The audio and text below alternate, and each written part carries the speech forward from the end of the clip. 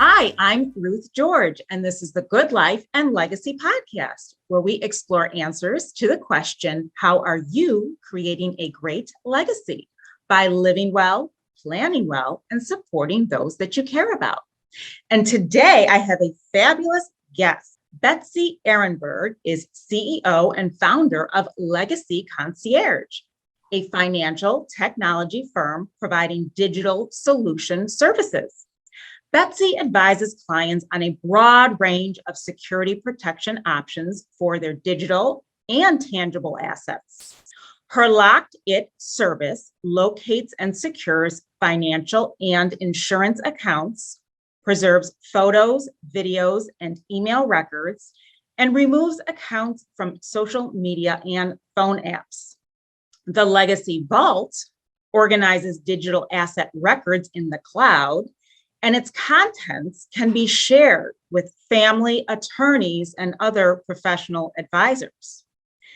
Betsy was the first female manager with IBM Canada and authored several proprietary technology training programs for them.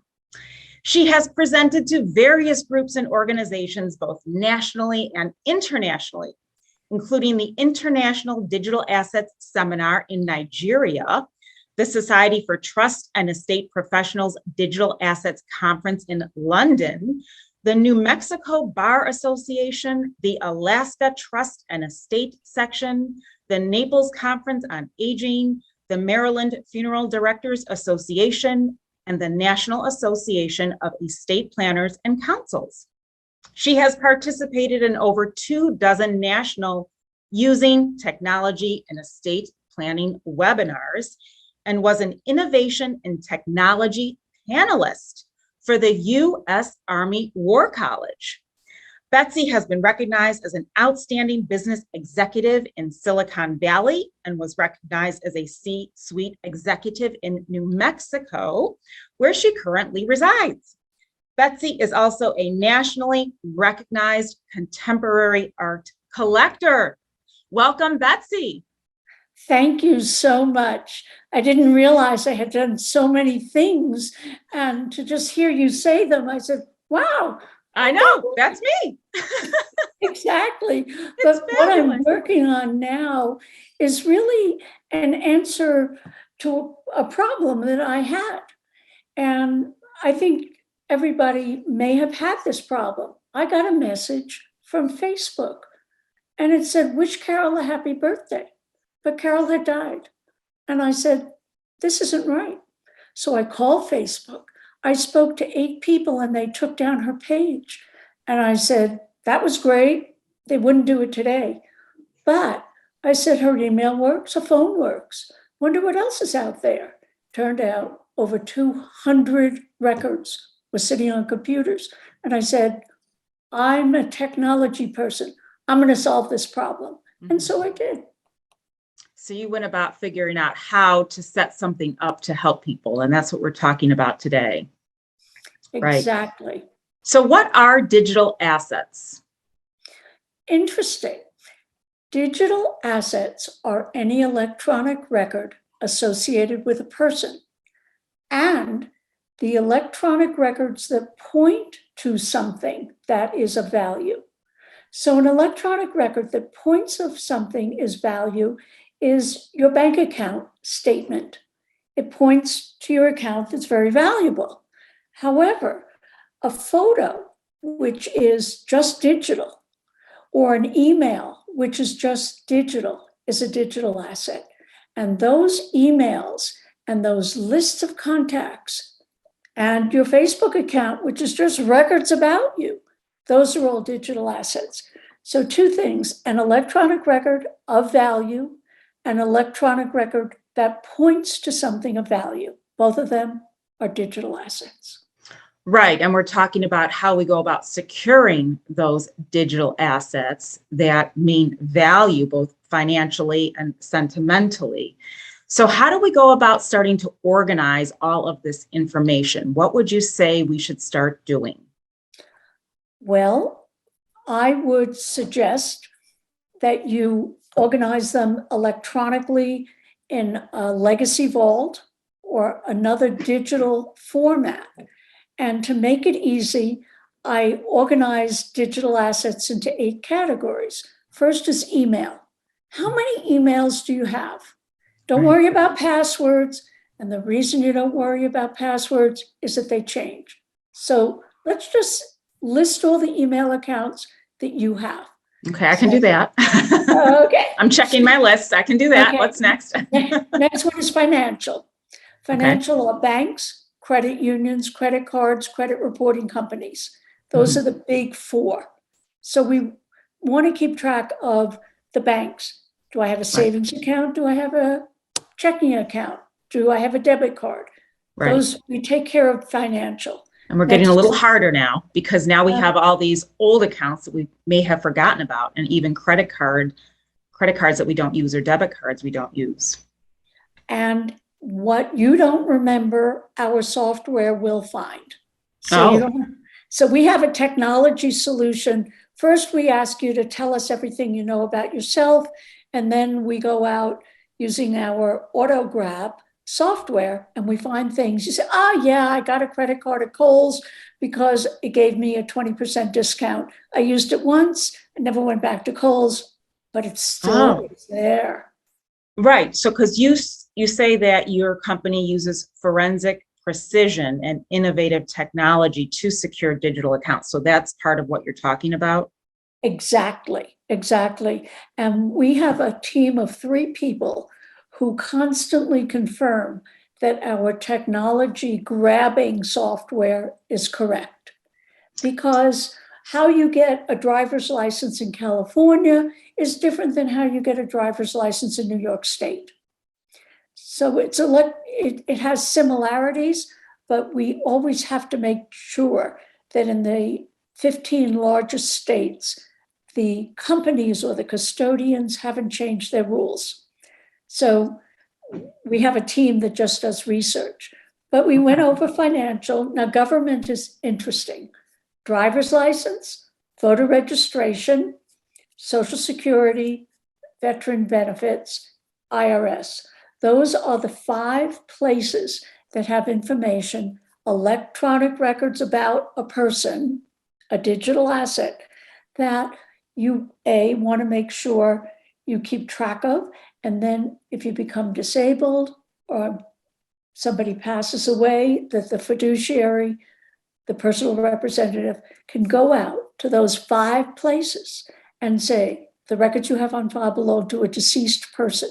So government, the 5 basics. Okay, now are you asking people to present that information as much as possible to you? And then are you able to, with your software, check that information and or find documents that the client, let's say, cannot produce? Combination of both. Okay. Right? We ask when a person is organizing, getting their affairs in order, or just realizing it's tax season. I should keep track of everything. They can use our portal, our screen. It's not an app, it's not on a phone. You have to have a screen, enter the information about government activities. At the same time, if a person has passed away, we have our auto grab software that can go out to various locations and identify the driver's license number, the voter registration, and it's a little bit of a treasure hunt. Right. And if people do the treasure hunt, it's too time consuming. Mm-hmm. If software does it, it's a quote easier, not easy, but easier. Right. So that's government. Then housing is interesting. Most of us have the snow removal service, the gardener, the housekeeper, the electricity, the utilities. And for housing, if a person can just identify every month or seasonality or seasonally, I have these services associated with my house, or I have a security service. Again, put them in the database, provide a roadmap for someone else. So that's housing. Right. That can be bigger than you would think as far as the difficulties that you can have with that. Right. And Right. anybody who has tried to look into all the digital records of another person, a sister, a mother, a grandma, whatever, has passed away, it's Right. an overwhelming task. Right. And so we've tried to make it and have made it a lot easier Yeah. with the Legacy Vault. Right. And some people paying electronically for their various expenses, that may be fine for them while they're in control of all of that. But let's say something does happen, then there's a real gap in who knows the password and what can be done, and even just kind of finding out the next step to get somebody else involved and paying the bill or doing what needs to be done. So I've seen that happen time and time again. Yes. And one thing that's very important to realize, a number of things. Number one, it's against the law to impersonate another individual. So you and I have a relationship, and I say, for my electricity, this is how I sign on, this is my password, and so that you can impersonate me. No, that's against the law. If you contact the utility company and say the records you have on file belong to a deceased person, here's a copy of the death certificate, I'm in charge of their account, I want you to stop service or send a final bill or continue service, whatever you want to say, either verbally or in writing, a letter, email, whatever you want to do. But to impersonate is against the law. All right, so we're going down our list as far as organizing information. And so we stopped at number 4, which was all that housing information. So Right. what's next? Insurance. Okay. All right. We have automobile insurance. We have house insurance. We have life insurance. We may have an annuity. People don't realize annuities are insurance policies, okay? So we have medical insurance. People get older, they have Medicare, and then they have supplemental. What are all the insurance policies? So by asking the question while a person is alive, or saying, I've got to get organized, just insurance. Right. Now, what happened when I did this?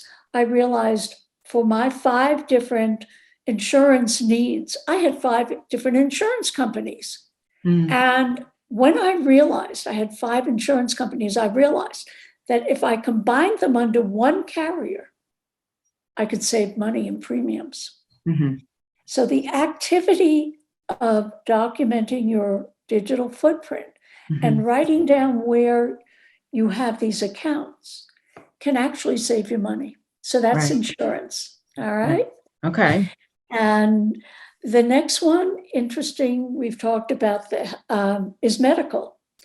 And the first reaction is, with HIPAA, you're not allowed to get medical records. We're not talking about medical records. We're talking about notifying the dentist, the records you have on file belong to a deceased person, your doctors, your internist, your cardiologist, your podiatrist. Again, think about what happens. There are letters that come in the mail saying, I'd like to remind you, Pat, you have your dentist appointment in 3 weeks. Pat's daughter doesn't want to get that letter or that post.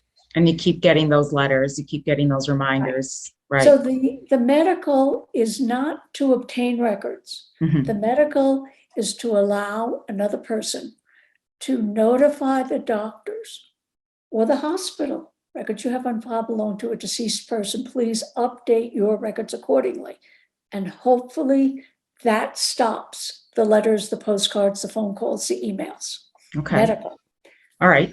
Now I think this is number 7. If you've got number 7 coming, I'm trying Yes, to track. we do. Okay. We do. And that's called shopping. Ah. Now, the first thing you do is a person looks at their cell phone. They say, I have Netflix. Okay, I have Lyft. I have Uber. And every one of those tiles on the cell phone represents a, quote, shopping site. Oh, boy. Okay. Now, I have eBay. I have Etsy. I have Craigslist. When I'm no longer able to manage my own affairs, I want all those records to go away. Yeah. And this whole issue of shopping sites, it's amazing. Right. So the way we suggest people handle them, first look at the tiles on your phone, then look at your latest credit card statement. Who are you paying for these Yeah. subscriptions? Third, look at your bank statement. Where our money's going out every month? Yeah. And it will surprise you how many shopping sites have your name, email. They may have your credit card. Some people say, well, it's not a problem. I'll just cancel the credit card and it doesn't matter. No, it does matter, because they have your email and they're going to annoy you. Yeah, and it's just so hard to get a handle on all of that information. So again, that's the person, the client, organizing this information and then presenting it to you to neatly package and put in the cloud, as your company does, as far as protecting and securing. And then I'm sure you'll explain later as far as what happens through a person's life if they become disabled or upon death and what happens. But we're still organizing information. Okay, so we are. And the last one is social. Now, people think social, they think the big ones: Facebook, LinkedIn, Twitter, TikTok, YouTube. And I will tell you, 5 years ago, there was no TikTok, but people love it today. So this is social stuff. Again, organizations, companies that have information about you who are earning money with that information. 2 factoids. Facebook has 123 categories of information for every user, 123. Google only has 62 categories of information.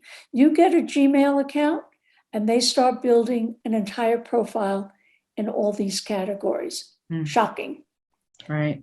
When you're no longer here, you want it to go away. Fortunately, both Google and Facebook give you a mechanism when you are living to designate another person who can access your information so you're not impersonating them. Apple also has a feature today. It's called the digital legacy. So while you're living, you can, as a Google user, Facebook user, or Apple user, designate another user ID that can sign on and has your permission to look at all the records associated with you. Now you're not impersonating. You have been given permission from the person. So the last one is social, but social has a subcategory. The congregations I belong to, the concert tickets, the community service. These are all C's. You know how that makes it easy for me to remember. All right. The college I went to. Yeah. I went to college, couple of colleges, but at Harvard, they have my name. And once a year, they send an email, but they also send a beautiful brochure that comes in the mail addressed to me. Right. They have to be notified.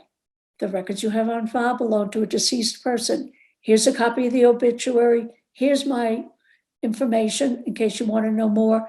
Please remove the name. Right. Now, we do that all electronically. And that's part of the third part of our business, which is called Lock It. We lock up records. Okay. So I picked off from your website the terms financial wellness and holistic life planning. So let's get into what your company does as far as the digital assets and estate planning and how that all ties into planning well. All right. With estate planning, generally, people are concerned about the money.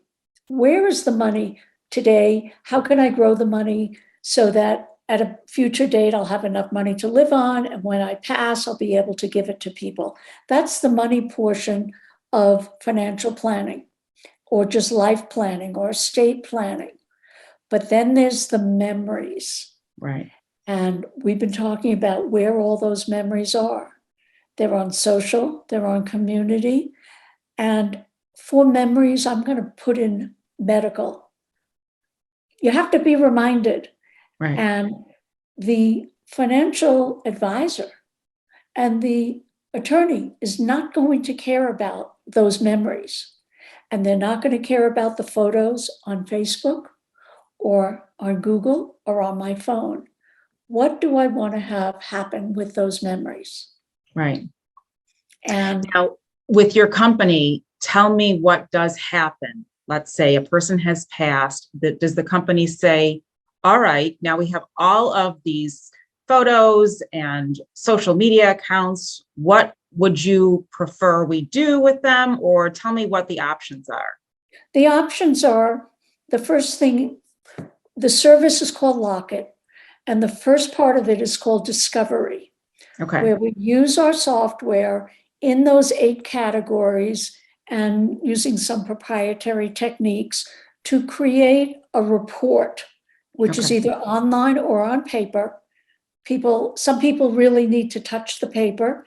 They're Sure. not comfortable. And we create a list of all the accounts associated with the decedent or disabled person. And Okay. then we recommend what happens. For instance, with voter registration, we recommend that our software notify them to take the name off the roll. For the case of credit cards, we recommend that they freeze the credit card until the fiduciary can handle their duties. We are not a law firm. We are not a fiduciary with a little mice in the background, Okay. keeping track. So the Locket Discovery is the first part. And I just want to be very clear. That also pertains to when a person is disabled, incapacitated during life. So they're alive, but they cannot act on all of these various digital assets. So this would also pertain in that type of category. Absolutely, because many times the children will know mom and dad have dementia, they have Alzheimer's, they're just getting old, they're confused. I, as the 45-year-old daughter, have to figure out where stuff is so that I can manage it while they're alive. And then upon death, I can have it all taken care of, closed out. Okay. So one of the things I've been thinking about is how does this tie into the power of attorney document or the trust document? So a person is alive and they have another person lined up in one of those documents to say, when I'm unable to or need some help, I need you to do the things that I would normally do. So do you request that power of attorney or that trust document while all of this other information is being gathered and given to the company? So in a time of need, you know who that person is who would be contacting you and say, you know, now is one of those times I have to step in and do some things for mom or dad or whoever. The answer is yes. We ask the person in their legacy vault to name emergency contacts, doctors, lawyers, fiduciaries, and so forth. Okay. On death or disability, the person who built the vault contacts us, and we provide what's called a digital asset power of attorney, Right. whereby a person who is in charge, who already had the power, is now giving us the power to deal with the digital assets. Okay. And by the way, we do services in the United States and in Canada, and the names of services in Canada are different than in the United States. United States, Social Security; Canada, social insurance. Not a big deal, but we're customized for both countries. So we ask the named person during life or a time of death to give us a limited power of attorney to handle the digital assets. And it's a document that is signed electronically. Now, if I may, do you work with a particular, I know there's an attorney that's an advisor for your company that I saw online. Would he be the one, or people in his firm, let's say, working with you, your company, to have that limited power of attorney ready to go in all of the various states and internationally, let's say in Canada as well? We are not attorneys. When a person contacts us, we ask them what legal who is working with them. Okay. So in other words, it would be me. Let's say if I had a client who is signing up for your services, and then we need to do this limited power of attorney, limited digital power of attorney document, I would work with the client to make sure that we can get that to you. Yes, exactly. Okay. And so we will send it to a person. We will have a little bit of a discussion, if you will, explaining. People say, "What does this mean?" They're distraught. And nevertheless, a person checks off what they want us to do. They just want us to extract all the emails, all the contact lists, generate a letter, and where the news is sad news, and there's a form. Unfortunately, we have to tell you that Pat Green passed away, and so forth. So there's a little bit of a service in that. Right. But on a limited power of attorney, a person clicks off. Just notify all the country clubs, all the social media, Right. country clubs, colleges, whatever. So again, a person signs up for your services.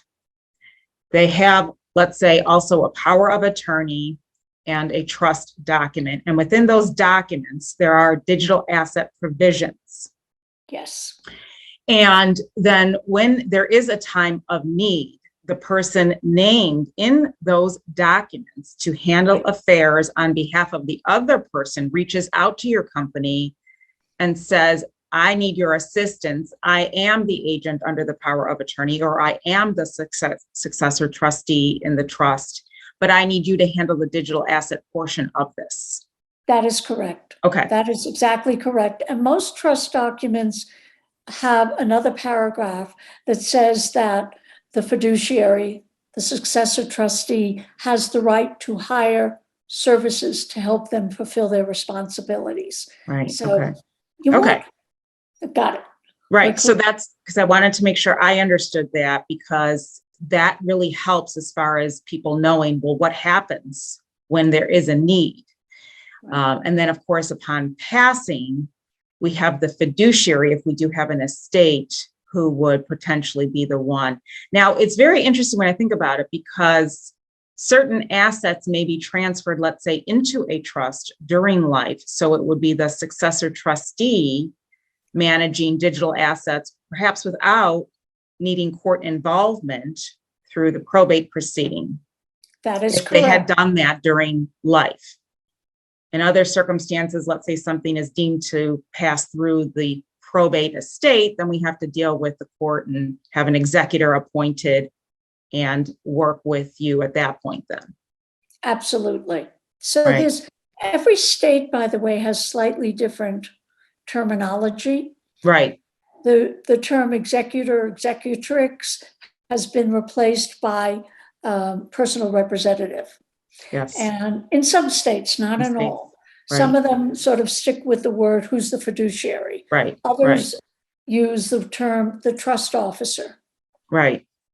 Well, this is really going to be something for me to work on, because I am so tired of the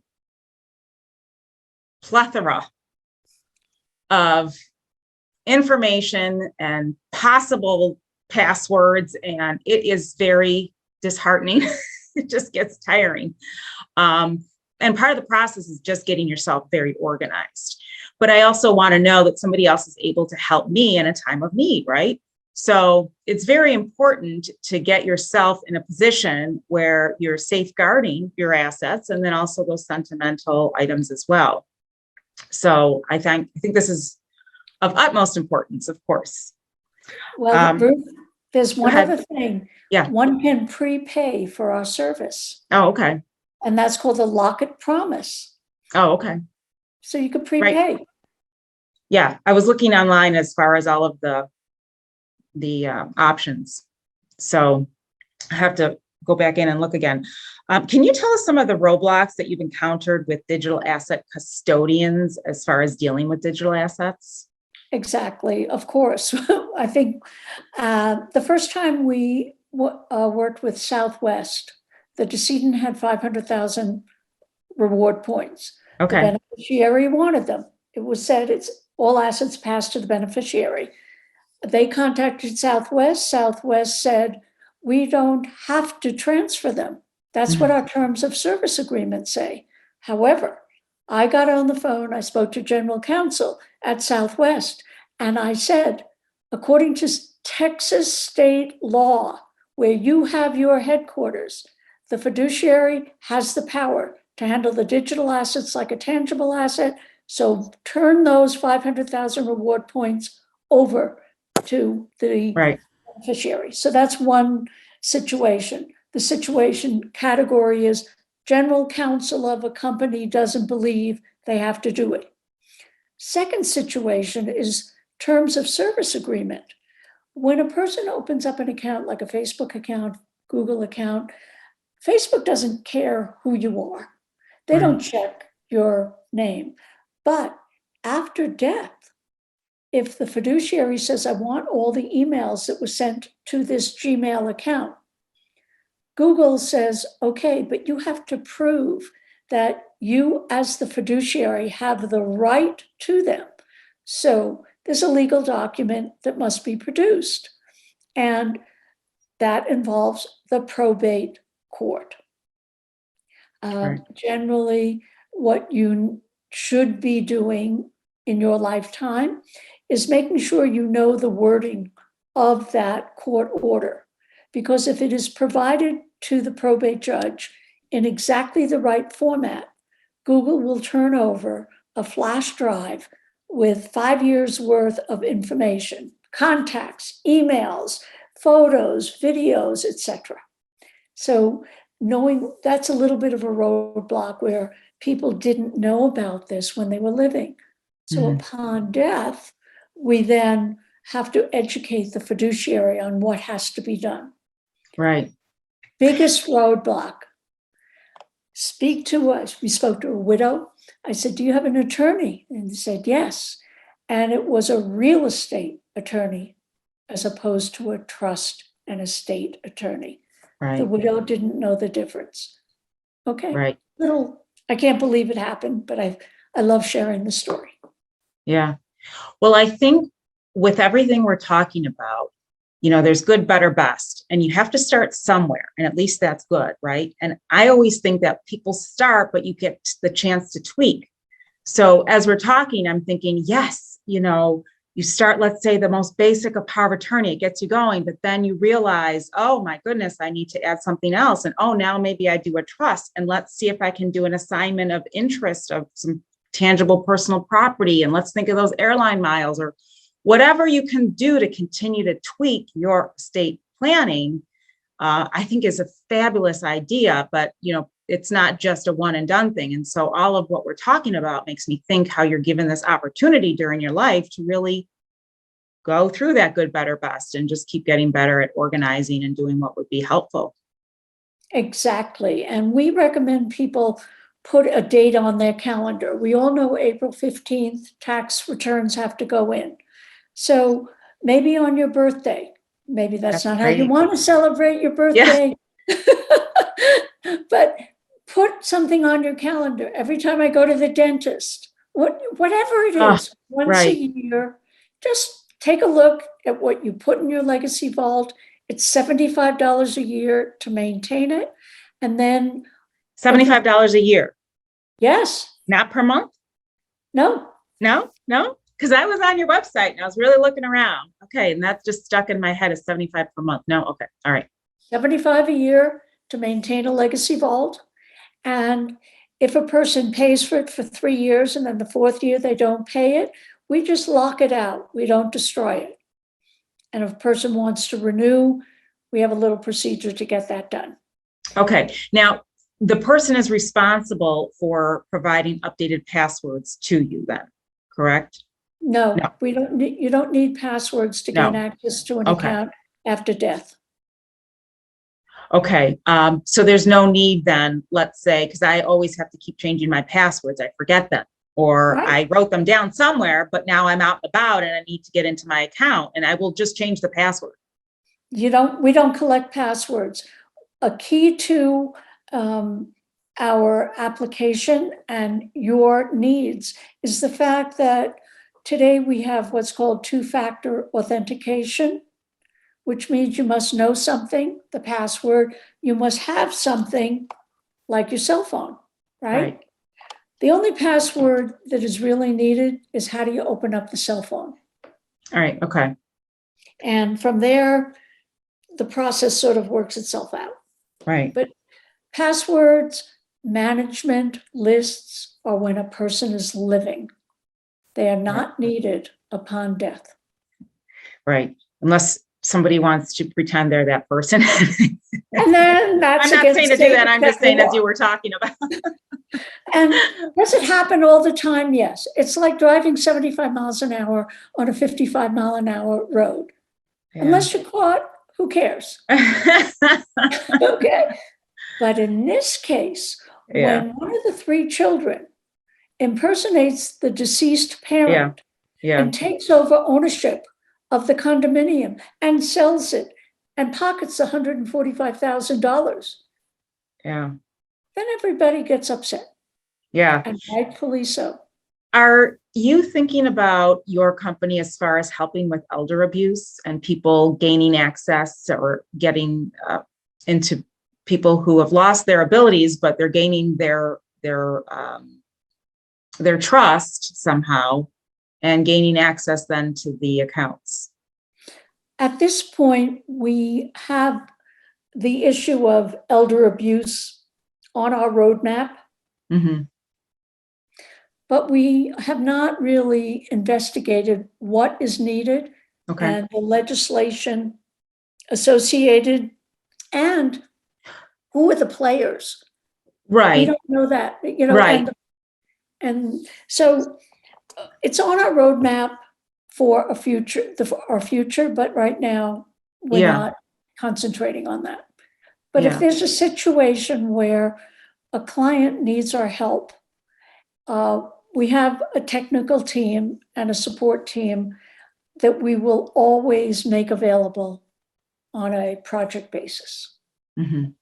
I wanted to ask you this. So how long of a period is it for people to, if you can just generalize it, gather all that information we were talking about? Would you say it takes them a good 3 months, longer than that? No. If a person opens up a legacy vault today, after sitting at a computer for about an hour and a half, they will have documented most of the information associated with their existence. Hour and a half, not a lot. Don't make it this big thing, right? Just get it done. No, it's not a big deal because we have all those categories that I mentioned before, but we have another category called general. Okay. So a person says, I happen to have a golf club collection. And I'd like to designate who gets it. Well, that's not a big deal. Not everybody has that. Or they have a boat at a yacht club, that kind of thing. So we have the general category so that a person can say, I have a stamp collection. Who's going to get it? Document that. It's an hour and a half from the moment you start your vault to when you finish populating 80% of it. And you can share it. So Ruth, you built a vault. That's what I was interested. Yes, the sharing aspect. The sharing. You built a vault and you say, in addition to my personal access, I am going to give Pat Green permission with this email to look at the contents. The software, and you are making Pat Green a delegate. The software then sends an email to Pat Green.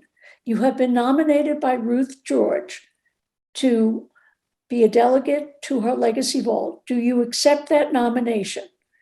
Pat then says yes. And now the software knows that it is okay for Pat Green to look at Ruth George's vault. Okay. And you can have as many as you want. You can have multiple delegates. You can have your attorney. You can have your friend.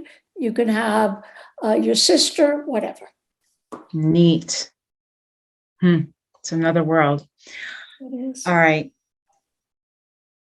So we We're going to switch gears just a bit. We talk about making confident decisions on this podcast. So how do you go about making confident decisions? You think about how the people who are in your family and who you love, and you don't want to leave them with a quagmire when you're no longer here. It is truly a gift to the next generation to organize your digital life today. And if you think of standing on a beachfront and there are a whole bunch of footprints in the sand, you don't want them really just washed away.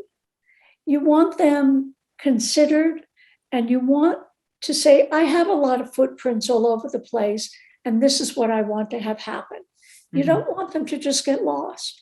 So by building a legacy vault, you are giving a gift to the next generation and peace of mind. Right. You have peace of mind if you have named a delegate. They know you're organized. They know the doctors. They know where your insurance policies are. They can look at the documents you have and the data. They can retrieve the photos from Facebook, and you've given them a gift. Okay. And then every once in a while, the client goes in and updates, I'm guessing. Yes. Okay. Yes. And all in our company, the only thing that we keep track of is your email, the person who created the vault. We don't know about who you delegated. So every quarter, we send you an email. Here's a reminder. We just noticed that TikTok is a big new social media. Or if you're using it, please go back into your vault and update it. Okay. So we provide reminders. We also have articles about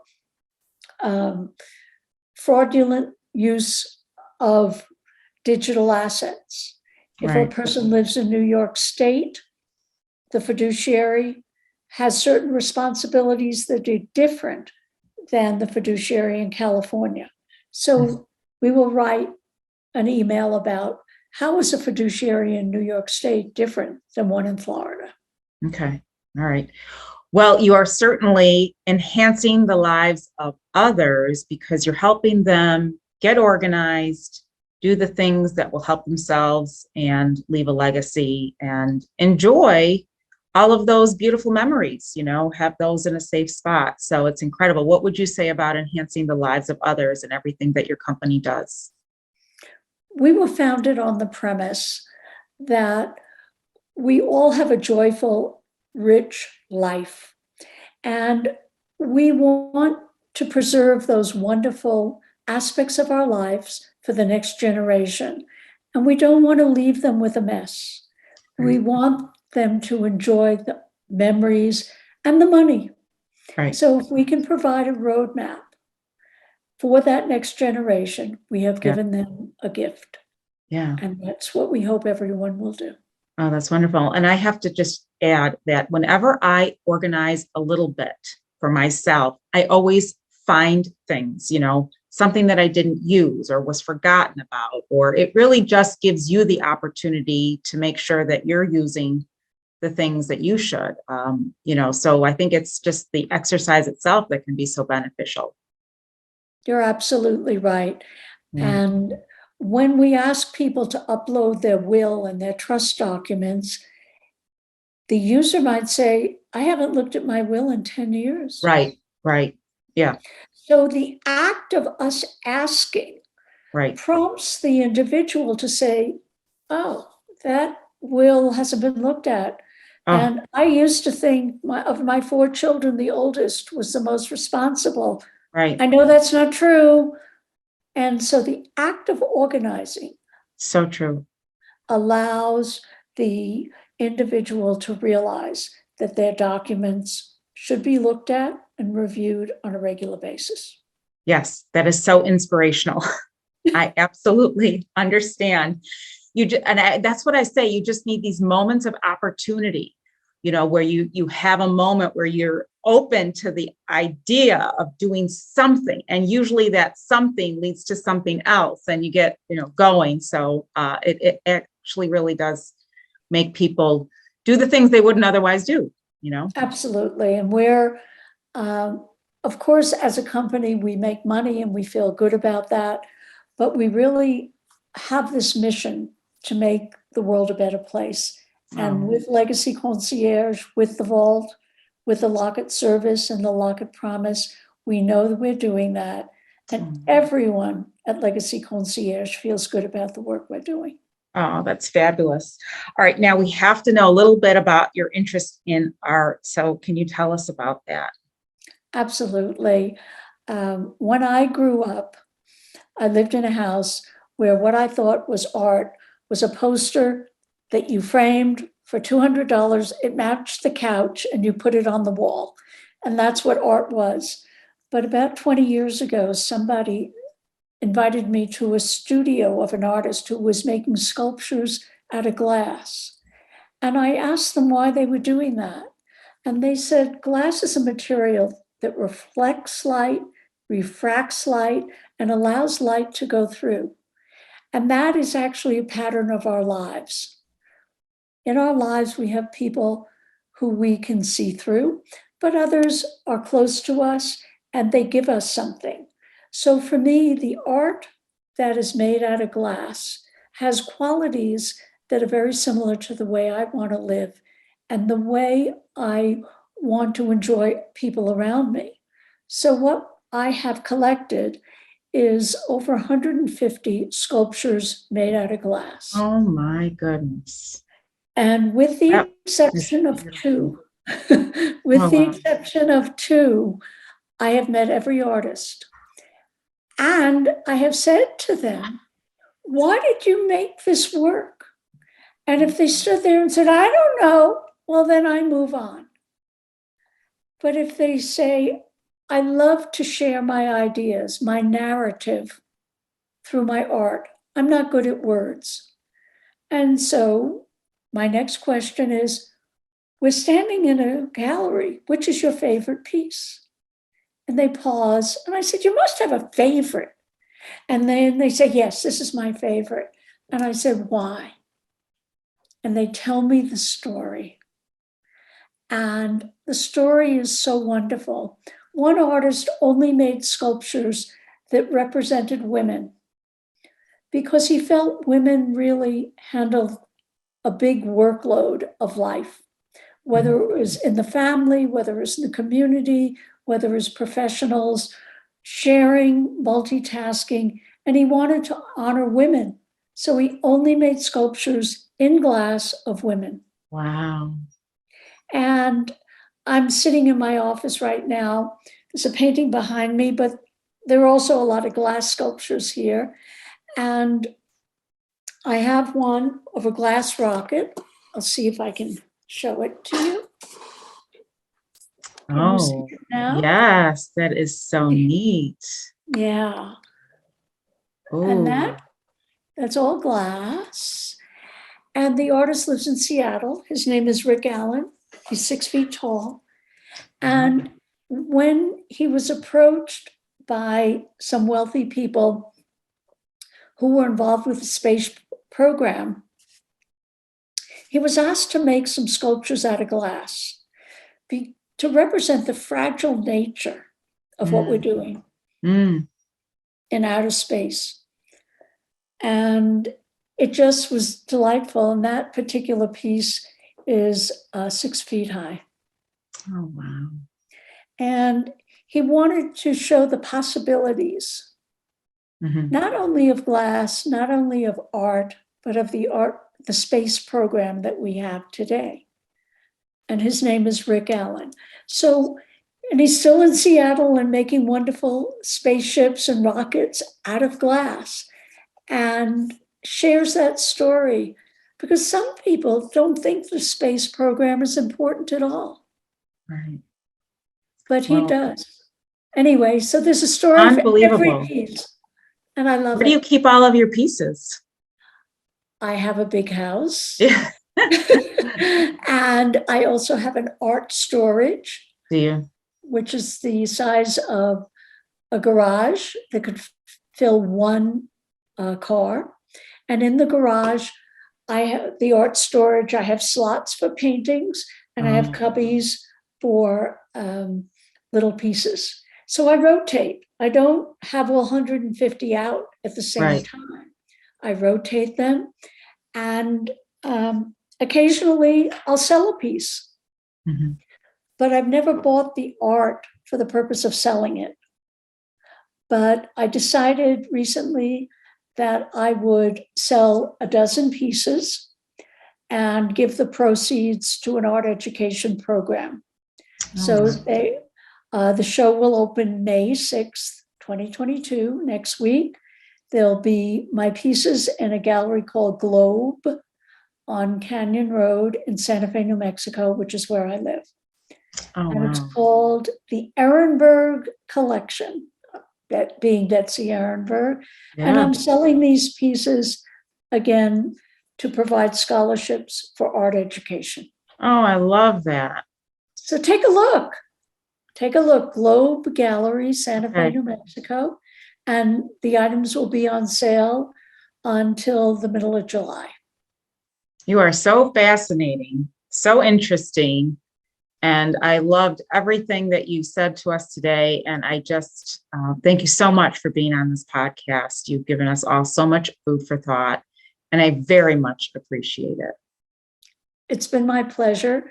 And I look forward to hearing from you if you have any questions or any of your listeners. It's easy to find me. My first name is Betsy, Betsy, at legacy-concierge.com. And of course, email is open 24/7. I don't read it 24/7, but I'll get to it whenever you or anyone else wants to contact me about glass, about art, or about Legacy Concierge. So many things to talk about. Fabulous. Thank you so much, Betsy. I really appreciate it. My pleasure. Bye-bye.